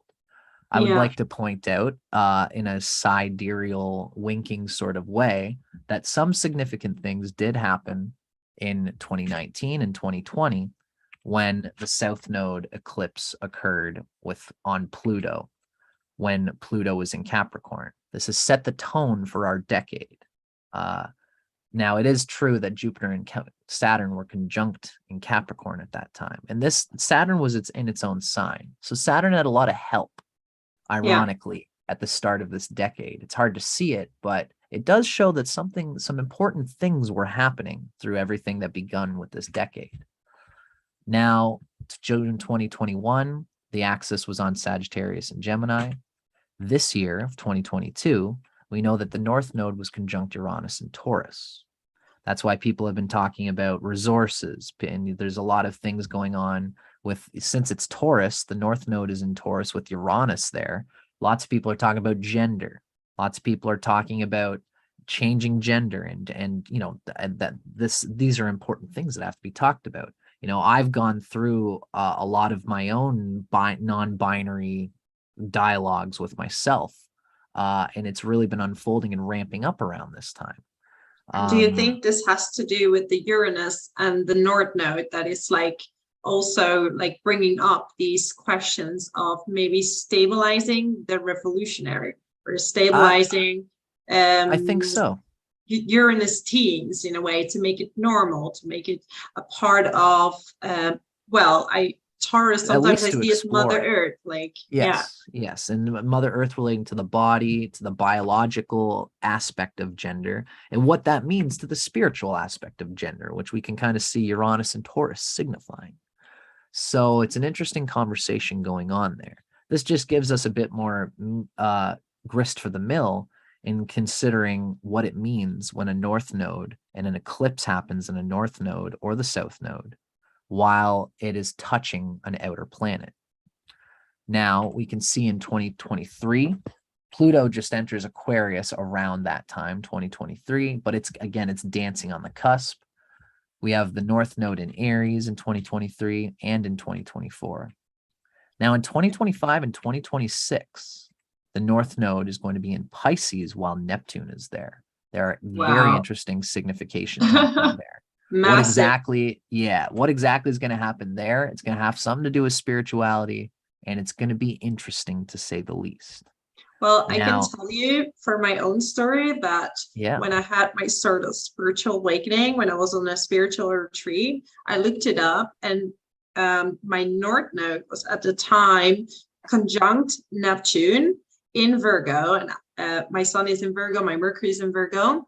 My South Node was in Pisces with Neptune. Oh yeah, Do you North mean Node that was with Jupiter. Sorry. Yeah, it's okay. And so the South Node was with Neptune. So it kind of hyped up, and it opened up some consciousness within me. So I think that when Neptune is with the North Node or the South Node, it opens up some conscious doors to for sure higher level. Yes, and it's frustrating because Neptune always gives us blinks into the reality of the self and the soul beyond the dream that we are living in. And it almost feels like a dream. But of course, the reality that we're living in is the real dream. And what you saw there was the real self who was asleep having this dream of being Michelle in the material reality. This is how the Vedic people thinks of things, is that everything is a dream being dreamed by Vishnu, and you are Vishnu somewhere beyond time. And these glimpses through the North or South Node of Neptune show you who you really are, but you can only get a glimpse of it. And then, just as the nature of Neptune is, it throws you back in the material world, and all you're left with is that same feeling that you get when you wake up from a dream and you feel like, God, that felt so special and significant, but like, what was it exactly? But now off to work. Yeah, totally, right? Story of life on the material world. Yeah. So these kind of things people will probably be experiencing what we're talking about around 2025 and 2026. Now, these planets probably in 2025, like probably Neptune and Uranus are probably in Aries and Gemini at this point. I should have put that. I know Neptune at 2025 and 2026 is still in I have the Pisces. dates here. Wait, I think I wrote Sure. them down. Yeah. Let's see. I got what note? Is it not till 2027 that Neptune enters Aries? I have a Word document somewhere. Okay, wait. Pluto That's into okay. Aquarius. So 24th March 2023. Right. Yep. First time. Saturn in Pisces. That's going to be soon. 8 March 2023. Yep. Um, then I really like Jupiter with the North Node in Taurus. So I wrote that one down because I think this is going to be a great new destiny setup, which is like 23rd of May 2023. So check out where's your Taurus, where's going to be your North Node, if I can look it up. Yeah, it should be around like 2 degrees in Taurus. So that's going to be major. Yeah, and that's going to help out a lot of, because that's going to be Jupiter with the North Node. Yeah, that's going to be, yeah. That's going to help things out for sure. Let's see, my Gemini in, yeah, Uranus in Gemini should be 26th of May 2024. Yeah, okay, thank you. That was the one that I was thinking that I say that it's in Taurus in 2026, but it should be in Gemini by then. And I think in 2026, though, the North Node still is around Neptune's area, if I'm not mistaken. Wait, Aries. There we go. North Node in Aries I have here, but it's next year. I don't know if I wrote down Neptune. Yeah, 2023. Neptune in Aries, 26 January 2026. Yeah, that's what I thought. So it's around 2025. 2026 is going to be the solar eclipse in February, while Neptune is right at the end of Pisces. And then Neptune enters Neptune enters Aries and is going to dance on the cusp for a little bit. But it's basically around 2026 that Saturn enters Aries. And then in 2027, all these planets are going to be in the masculine signs. They're going to be well advanced in there.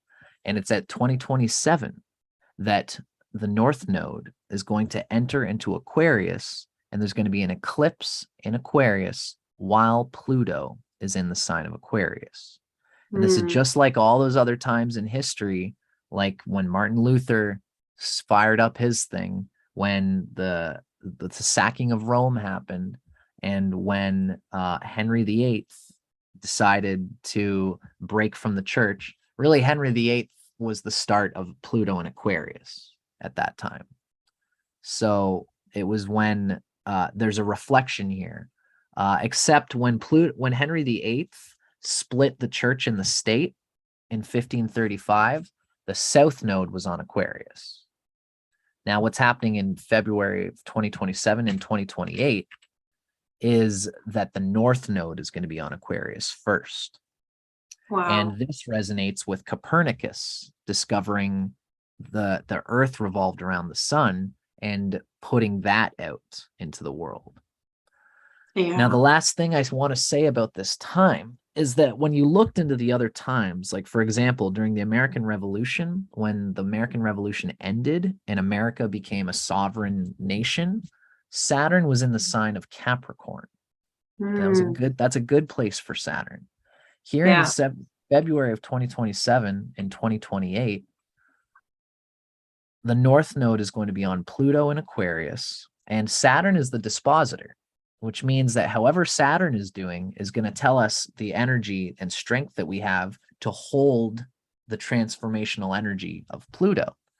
And one of the things that I want to point out to everybody, and it's important to consider this, just because it's good to know how the symbolism works out. Saturn is going to be debilitated in Aries, and Neptune is going to be in Aries with Saturn. What this tells me is that this could be a time where I think no matter what, the paint is going to be wet in reality, and we are going to be painting the picture that we see. And Saturn in Aries is going to cause a lot of it's like not having gone to the bathroom for a long time. You ever try to do your taxes or talk to someone on the phone when you really have to go to the bathroom? And you're like, yeah. So anyway, let's do the thing. Let's do we'll do that. Yeah, we'll do that. It's got that urgent energy. And this is a time. I like how you say it. Yeah, but it's true. Yeah. This will be a time when the paintbrush to create our reality is in our hands. This is why I recommend that people start getting into yoga, start getting into things that are going to allow you to tune in your mind to the nature of your body so that you can be ready when anything urgent or intense happens around that period of time. Absolutely. I think you're right. It's going to be super restless because Aries wants to move forward and Saturn is like, no. And Neptune is like, dive within yourself. So it's going to be like an inner battle. And it could be confusing. Yeah. There could be lots of misinformation. There could be lots of, because the thing is that, the church in the 1500s did not want to let go of its power hold, but fate happened that's where it was going. And there was birth pangs, there was difficulties, and they didn't let it go without a fight. But eventually the church let go of its power and nationhood became the sovereignty of the kingship of divinity. Now, in today's time, the same thing is this is where it's going. It's going towards the individual sovereignty that we've been talking about. And this is that Aquarian age thing that I think is kind of the bell that's kind of ringing right now. Yeah. And in order for this to happen, the nations who are now the oligarchs, who are now the kings, they also are not, the people who are vested in the marketing of the nations, especially certain nations that are not democratic, certain nations who, we don't need to point any fingers, but there are certain nations who are not with this historical paradigm that I'm talking about. They are going through it in different ways than the Western world has been. So they, as well as the Western holders of power, are not going to be happy about the governing policy being in the hands of every individual, whatever that means. Even me talking about it, it's kind of vague, but this is what I see as kind of coming along. And I think this power for freedom, like we first had Saturn restricting. If Aquarius is related to freedom, among other things, it was restricted for a while, right? And now there's going to be Pluto, which is going to, like, the people who feel trapped in a way and don't feel like they are appreciated as a collective, they're going to, that's why the revolutions have probably in the past has come during this time, because they don't feel like, they feel trapped. And they want to have their freedom. They want to be heard, and they want everybody, because Aquarius is all about equality and collective, but also individual exposure. Like you said, like everybody can be the star. Everybody can present their own self. So certain nations, like you're saying, I'm pretty sure they're gonna be some revolution to the rest of the world can be like this. Why can't we also be like that and have our own opinions and our own sovereignty? So for sure, Michelle, very interesting. There's a lot to talk about there. Even the concept of I'm not really into this whole Bitcoin thing, but there are things like that happening where the money of Bitcoin is not printed on a national. It has no queen or king's signature on it. It belongs to an international community. That's an example of power not being vested in the nations, but instead being vested in an individual's capacity to go on their phone and get money from a globalist thing that's like this Aquarian sort of vibe. So like what I see happening at this time, it's kind of a painful thing. When you think about it, it's painful, but it's growing pains. Saturn is the furthest planet from the sun in the ancient ideal. And that's why Saturn is kind of seen as like an outcast. Yeah. It's seen as the person who's willing to be an outcast. That's why Aquarius rules Saturn. But Saturn, this is what Saturn is. It's the absolute material foundation for the person. Capricorn is the individual material foundation that keeps you alive, and Aquarius is the community that keeps you alive. And the thing is that that's why Aquarius is the water bearer. It bears water for the community so that we can all drink, so that we don't all have to be living in our mom and dad's basement or under mommy, daddy government's thumb. Because when you go out on your own, all of us, we live with our parents until we can go out on our own. And what happens usually, ideally, is that the parents say, I think it's time for you to go. And the kid says, I'm not quite ready to go. And then they hold hands and we say, I love you, but we trust you. And just like a mama bird, I love you, honey. Flap your wings. Don't die. Please don't die. But you got to go. You got to go. Get out of the nest. It's time to grow up. And this is what's happening in today's time. Now, my intimation is that, unfortunately, because Saturn's going to be in Aries, I think a lot of people are not going to feel like they're ready to leave the nest, especially because Saturn is going to be in Aries with Neptune. But what's kind of happening here is that it's almost like there might be just I think a lot of people like what happened in the States recently with all the, the guy with the bullhorns coming into the Pentagon and doing all that stuff, that whole thing that happened there was a little bit crazy.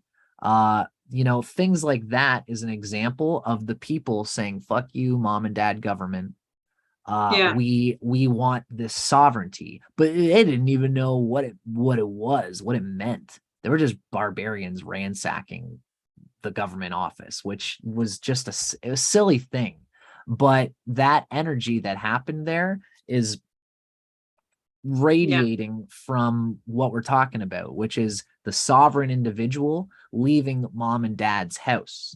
Now, if the sovereign individual as a concept gives a middle finger to mom and dad are going to say, you little pissant, you little spoiled brat, go on out there then. Don't come back till you're grown up. And then the kid's going to leave and they're going to be out on their own and they're not going to have the resources of the previous paradigm to help us grow into the sovereignty because they won't want to give it up. Well, I have to think about like Chiron in Aries that has been going on, and this generation will get older, right? When Saturn goes into Aries, and these people grow up. A lot of people grown up with social media. A lot of people have grown up with all these media, and it's like they didn't develop their own personality. That's why there's a lot of mask, a lot of narcissism, so to speak. A mask. People are wearing a mask. This is how I want to be perceived. This is how, but in the core of themselves, they don't know really who they are and what they are in a way fighting for, or what they are presenting, like this is how they grew up. And the strict ways of bringing someone up, like you have to work, this is kind of vanished. So if these kids grow up with no real structure, not really a confidence within themselves, this is probably when they're gonna be like, okay, we want freedom, and then they get the freedom and they're like, wait a minute, but who am I actually? I don't actually know what I am, but how do I stand on my own feet? You're right. And that's a great thing to say, Michelle, because we're going to have Neptune in Aries, and the Aries is the third house from Aquarius. We often think that in Vedic astrology, we relate the third house with Mars. They say Gemini is like the arms. Mars has the same arms correlation with the third house. So Neptune being in the third house from Pluto is sort of like the spiritual freedom is being clawed from the politics and Plutonian power. but the Plutonian power is in Aquarius.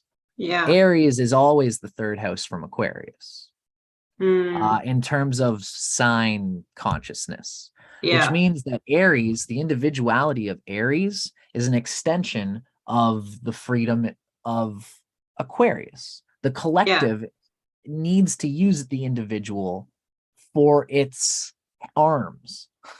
So this is part of the this is the consciousness that's being birthed around this time when these things are going to be taking place. So there's lots of things to be thought about there. I'm curious, I don't know if anybody's been watching and hanging out with us, Michelle, but do you think anybody has any questions or anything? Would you like to check that before we go? Because I've already spent a lot of time with you. You've given me so much of your time. Yeah, no, thank you so much for this information. Really helpful. I think super interesting. I know a lot of people are going to watch it later as well. We've been live streaming on a difficult time, like people are maybe at work, but anyone who is there and who wants to ask a question, please do. Yeah, feel free, because we'll spend a little moment here before we rock and roll kind of thing. But in any case, Michelle, I always love hanging out with you and chatting with you and discussing this kind of stuff. I think it's important and it's tricky to talk about, but I'm somebody who always is interested in just generally talking about growing up. It's something that I like to go through for myself. Absolutely. Absolutely. I mean, I think my channel mainly is focused, at least what I'm trying to present is helping people to find their own purpose, find their own core. Like I present the information so people kind of find themselves again, because so many people are lost. Like, what am I here to do? What can I do? How can I develop? What are my karmic patterns? So I think astrology is such a good tool to help people discover themselves and find their blueprints, and I also like to work with the spirituality, because some people are like, I have a terrible chart. Like, I have a terrible chart. Am I trapped? And I like to give solutions, because you're not doomed. It's not over. There are many ways to transform spiritually, as you know, because you've been doing that for many years as well. So there are ways to get out of these karmic cycles. And I think it's really good to see the history of things and how much we have grown, and having power in the wrong hands can do so many things, because as a nation, we are growing, but then, power goes into the wrong hands. But okay, fair enough. Now power goes to the people. And how are you going to deal with that? And how are you going to stand on your own feet? So I think that's super interesting. That's it. That's what we're dealing with these days, Michelle. And that's why you're right, because astral karma is, Paramahansa Yogananda has a great book. It's called Autobiography of a Yogi. I've read it. It's lovely. Have you read it? It's one of my favorites. And he's one of the reasons I got into astrology. And he has this thing where he talks about how he had someone made his horoscope, and they said that he would get married twice. And he took his horoscope and he burned it, because he said that the power of consciousness is that taps into a transcendental essence of the soul, which can peer beyond all levels of compulsion, all levels of unconscious. The true divine spirit can be tapped into in a way so that we can deal with our karmas objectively. A lot of the things we have to move through, and we just got to sit through it. Yogananda couldn't get away from all of his karmas, but he made a point that's a very important point, because his guru was an astrologer, and they talked about it this way. You got to move through you got to have the body that you have, but there is a transcendental divine intelligence within the body-mind complex that has free will and has free reign to deal with the trajectory of your karma, however you see fit. And that's why it's important for people like you, Michelle, to offer your services and to be an astrologer, so that people can tap into that Aries side, especially in today's time. I would recommend that people, I guess I could say I recommend getting into astrology, but more I should say is self-realization, because that resonates with Aries, and also in general. It's good for anybody to be able to have some kind of ground of who you are in a time when the red lights are flashing all over urgently, all over the environment. For you to see what they mean to you, you need to know what you are and to experience what you are. And all spirituality leads back to the self in one, which is the self in all. Everything is good. Like, I think that's important to know, you know, like any religion followed the right way, any spirituality, like, you know, I think when we stop pointing fingers at this is correct, and we start seeing like any is good, I think we can all get to the same place, to the same point. And I think that's would be the beauty of what is going to come in the future. So, yeah. Beautiful. I love it, Michelle. Thank you so much for your talk, you know. Oh, it was my pleasure. Thank you for letting me do my presentation. You know, it's a hard thing to convey, like what it's going to end up being or whatever, but you really gave me a lot of space here, Michelle. And I'm so thankful for you to allow me to come onto your channel. I'm very thankful for your audience for hanging out with us and for watching the video. I'm Dustin Cormier. My channel is How to Rock Astrology. If anybody's interested in my whole shtick, you can check me out there. And thank you so much, Michelle, for what you do on your channel. I'm so glad that we've connected in this way and that we can share our thoughts and our views, and that I can hang out with you. You're very I'm sure we're going to have more talks about different transits. I mean, there's so much coming up. We cannot even cover everything. Also, I can add your link from your channel to the description box. I can't even talk anymore. Yeah, description box, it's been a guys. long ago. So yeah, I'm gonna just add the details there. Have a look on his channel. He's a lot of interesting talks. And thank you so much for showing this presentation. This was a lot of research, super useful. And I'm very curious what we're going to see in the future. I mean, it's going to be a lot. I can't wait. And I'll be here to chat about it if you are, my friend. Okay. Well, thank you so much and have a lovely, lovely day. You too, Michelle. I'm always